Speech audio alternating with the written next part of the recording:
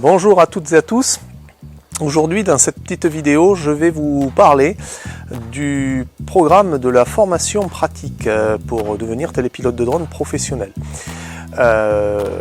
Depuis le mois de juillet 2018, début 2018, la réglementation a changé et vous devez dorénavant, pour être professionnel, être titulaire d'un brevet, ce qu'on appelle un brevet théorique qui se passe auprès de la DGAC, auprès de l'aviation civile, qui est un examen officiel. Nous préparons cet examen dans une autre vidéo. Vous avez peut-être déjà regardé, vous verrez plus tard. Je vous parle du programme de cet examen et de la préparation que nous proposons. Et vous avez également l'obligation de suivre une formation pratique avec un contenu qui est codifié, qui a été publié, et c'est de ce contenu dont je vais vous parler aujourd'hui. Voilà. À l'issue du suivi de cette formation pratique, si vous avez respecté ce contenu, si le centre de formation a respecté ce contenu, il va pouvoir vous délivrer une attestation de suivi de la formation. Cette attestation, c'est en quelque sorte votre licence pratique, c'est votre permis de conduire, en quelque sorte. Voilà. Alors cette formation se déroule sur deux modules un petit peu différents selon votre niveau d'entrée et ce que vous souhaitez faire aussi ensuite. Il se déroule sur un module, la plupart des gens travaillent sur un module de 5 jours, il peut se dérouler aussi sur un module de 7 jours.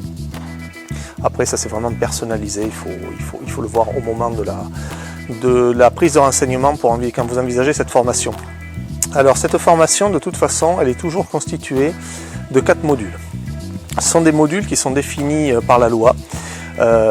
Module C1 ou module C4, ou ME1 à M4, c'est pareil. Dans le texte, il est noté C, C1, C2, C3, C4. Et ces modules vont tous aborder un bloc de compétences bien particulier.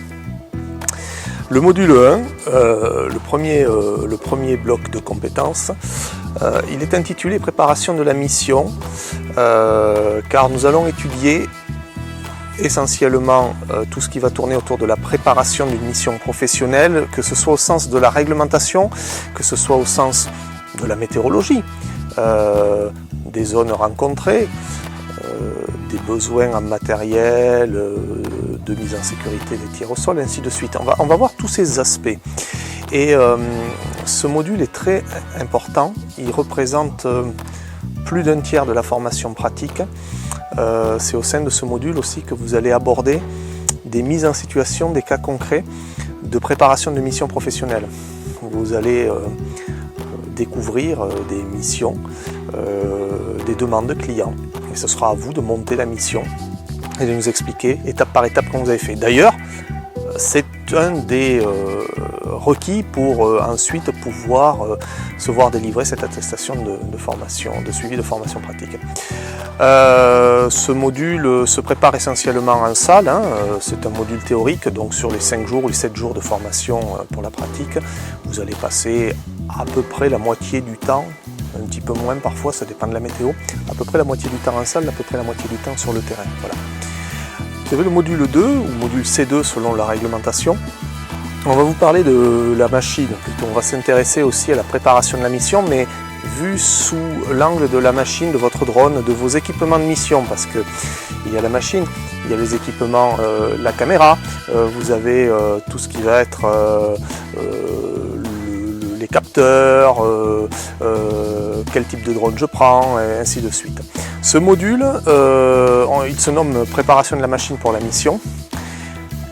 Il n'est pas très important, il n'est pas très long, c'est un module qu'on va travailler aussi beaucoup en salle, beaucoup en atelier. Vous allez avoir des machines, vous allez choisir quelle machine vous souhaitez utiliser pour cette mission, celle qui va être la plus adaptée. Normalement on travaille avec la mission que vous avez eue en étude de cas, et vous allez devoir nous expliquer, à terme bien sûr, après avoir été formé, qu'est-ce que vous vérifiez, pourquoi cette machine, pourquoi pas une autre, quels sont les prérequis, etc. Voilà. On va également aborder ce qui est un peu un fil rouge dans toutes nos formations professionnelles, les risques que vous pouvez courir du fait de l'environnement, de la météo. Est-ce que telle ou telle machine est adaptée, du fait de sa charge utile, le poids, est-ce que la réglementation nous autorise à utiliser telle ou telle machine, etc. On a ensuite le module 3 Alors les modules C3 et C4 sont des modules qui sont tous les deux des modules terrain, 100% terrain, ce sont les modules de télépilotage. Alors le module 3, c'est le module de télépilotage dans ce qu'on appelle les conditions dites normales. C'est la base, vous commencerez par là bien entendu, alors selon votre niveau, il arrive d'avoir bien sûr des pilotes déjà aguerris, qui ont déjà piloté, donc bien entendu on s'adapte, il n'y a pas de souci, c'est individualisé. Et vous allez avoir un télépilotage qui va vous être enseigné en conditions normales. Voilà, j'apprends les manœuvres de base, je progresse plus ou moins vite selon mon niveau d'entrée, je vais apprendre à comprendre comment un drone vole, pourquoi, comment faire attention à tout ce qui est dans mon environnement, les obstacles, la météo, le vent, etc. Et on va s'aguerrir, on va mûrir un petit peu son niveau de pilotage. Et puis après on a le module 4, le dernier, le C4. Lui c'est le télépilotage en conditions dites anormales. Alors les conditions anormales, c'est pas bien compliqué, on a vite fait le tour. Celles auxquelles vous allez être le plus souvent confrontés, ce sont des conditions météorologiques qui ne nous sont pas toujours favorables. On est un métier d'extérieur, on vole dehors l'essentiel du temps, et évidemment on ne fait pas toujours avec une météo particulièrement charmante. Donc il peut y avoir du vent, dans notre région c'est 250 jours de vent par an, il faut faire avec. Donc on va apprendre à voler et à voir surtout à mener le drone vers ses limites, dans des conditions plus ou moins normales. On va apprendre aussi à voler dans des circonstances et des conditions environnementales un peu compliquées. On peut voler dans des endroits confinés, on peut voler dans des endroits où il y a beaucoup d'obstacles, où on n'est pas du tout rassuré. Il faut le faire, il faut s'y frotter pour s'habituer à ça et ne pas le découvrir au moment de sa première mission. Voler en conditions anormales, c'est aussi quoi? C'est aussi le traitement des pannes. Bien sûr, nous ne simulerons pas l'intégralité des pannes, comme dans tous les domaines de l'aéronautique. Si vous vouliez apprendre à piloter un avion, un hélicoptère, il arrive une certaine limite où c'est bien beau de couper le moteur, mais dans certains cas d'abord on ne le fera pas, et puis on n'attendra pas d'arriver au sol pour le remettre en route évidemment. Donc on ne peut pas le faire en drone, on ne peut pas tout voir évidemment. De toute façon un drone qui a des moteurs qui s'arrêtent, bon, il n'y a pas beaucoup d'espoir de redémarrage, mais on va voir surtout les pannes classiques finalement plus courantes qui peuvent vous arriver, des pannes radio, des pertes de radio, des pertes de télémétrie, des pertes de retour image, le GPS qui vous joue des tours, le drone lui-même qui peut avoir un petit souci, voilà, des choses comme ça, et on va apprendre à réagir face à ce type de panne qui ne met pas forcément en péril le drone au départ, sauf si le télépilote derrière ne réagit pas correctement, et la plupart des accidents, comme en aéronautique habitée, sont liés au facteur humain. C'est le télépilote ou le pilote qui a mis la machine par terre parce qu'il a fait une erreur alors que la machine volait, même handicapée, mais elle volait, elle pouvait être ramenée au sol en toute sécurité. Facile à dire, pas facile à faire, vous verrez. Voilà ce qui représente les 4 modules. C'est pas grand chose, ça paraît pas grand chose, c'est assez dense, ça représente plus de 150 pages de cours en théorie. Vous avez un cours bien sûr qui vous appartiendra dès le début.